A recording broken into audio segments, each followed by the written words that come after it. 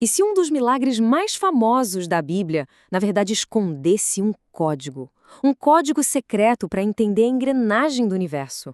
Já pensou se por trás daquela história da separação do Mar Vermelho existisse uma espécie de tecnologia espiritual, um verdadeiro mapa para as forças da criação e também da destruição? Para a gente conseguir entender esse código, a gente precisa olhar com os olhos dos antigos cabalistas. Para eles, a Bíblia não era só um livro sagrado, não. Era um documento criptografado, e muito bem criptografado. Eles acreditavam que ali, escondidas nas letras e nos versos, estavam as chaves para a própria estrutura da realidade. Então, nossa jornada começa num dos momentos mais dramáticos do Antigo Testamento. É bem ali, no meio de um milagre gigantesco, que a tradição mística diz que um segredo profundo foi deixado, à vista de todo mundo, só esperando para ser decifrado. Tenta lembrar da cena. Os israelitas estão ali, encurralados, o exército do faraó vindo com tudo, e de repente as águas se abrem. Pois é, esse evento, que é visto como o auge do poder divino na Bíblia, é exatamente onde os místicos encontraram a matéria-prima para esse código todo. E é aqui que a investigação fica séria. Os cabalistas perceberam uma coisa que, bom, não podia ser só coincidência. 3 versículos seguidos, Êxodo 14, versículos 19, 20 e 21, tem, cada um deles, exatamente 72 letras em hebraico. Para eles, essa simetria matemática, essa perfeição, não era por acaso.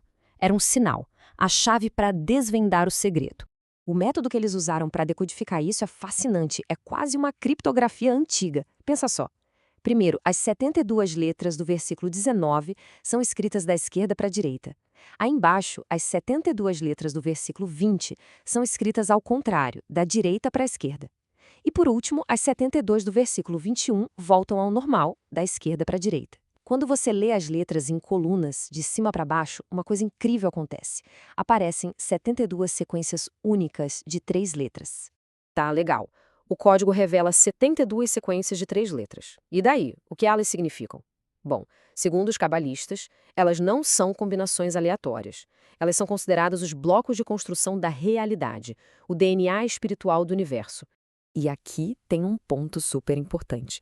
Não estamos falando de nomes no sentido que a gente conhece, tipo palavras para serem faladas. As fontes descrevem eles como diapasões espirituais. É como se cada sequência de 3 letras fosse uma frequência específica feita para sintonizar nossa alma e influenciar a realidade num nível fundamental. Os cabalistas usam umas analogias bem fortes para descrever esses nomes. As letras hebraicas seriam o DNA do universo, e esses nomes, os canais que nos ligam ao poder divino. Eles agiriam como receptáculos para a luz da criação. E a matemática sagrada ainda reforça isso. O nome de Deus, YVH, quando expandido por um método cabalístico, também dá o número 72. Tudo se conecta num sistema coeso. Mas o sistema não para em códigos abstratos, não. Ele pega essas frequências puras e as personifica, dando consciência e forma para elas. É assim que uma frequência se transforma num ser. Ao colocar um sufixo divino como El ou Yah, que basicamente significam de Deus, aquelas sequências de letras se tornam nomes de anjos. Cada um deles é uma inteligência celestial específica, o guardião daquela frequência. E essa estrutura toda é incrivelmente organizada. Os 72 anjos não são um grupo aleatório de jeito nenhum. Eles são divididos em 9 coros, cada um governado por um arcanjo. E cada coro está ligado a uma sefirá, uma emanação na árvore da vida, representando tudo desde a vontade divina pura lá em Keter até o fundamento do mundo físico em Yesod.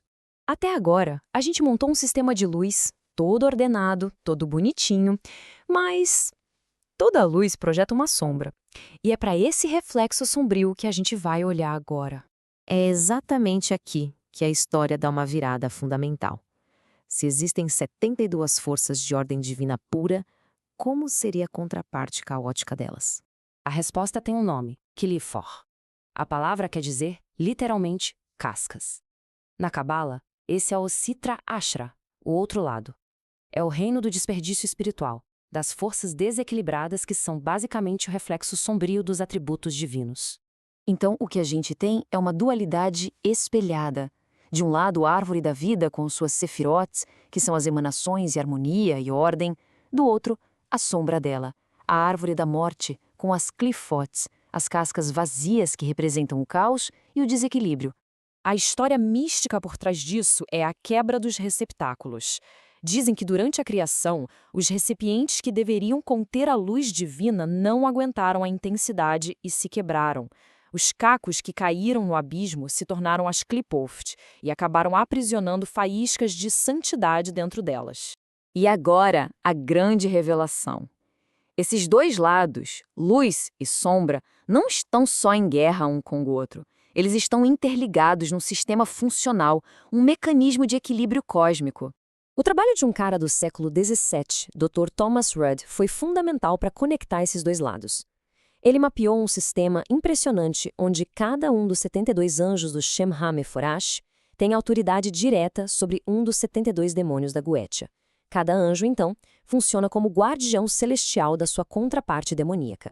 Para entender como isso funciona, vamos ver uns exemplos. O anjo Verruia, por exemplo, rege a força de vontade e os novos começos. Lelahel é a personificação da cura, da vitalidade. E Recamia representa a paz que vem da vitória justa. Tudo atributo puro, construtivo. E agora, a sombra entra em cena. A força de vontade de Verruia tem como espelho o engano do demônio Baal. A cura de Lelael é contrastada pelo caos volátil de Valefor. A vitória de Recâmia tem como contraponto os relacionamentos destrutivos de Zepar. Cada demônio personifica o excesso, a falta ou a corrupção da força do anjo que o governa. Não é só guerra, entende? É um sistema de freios e contrapesos cósmicos.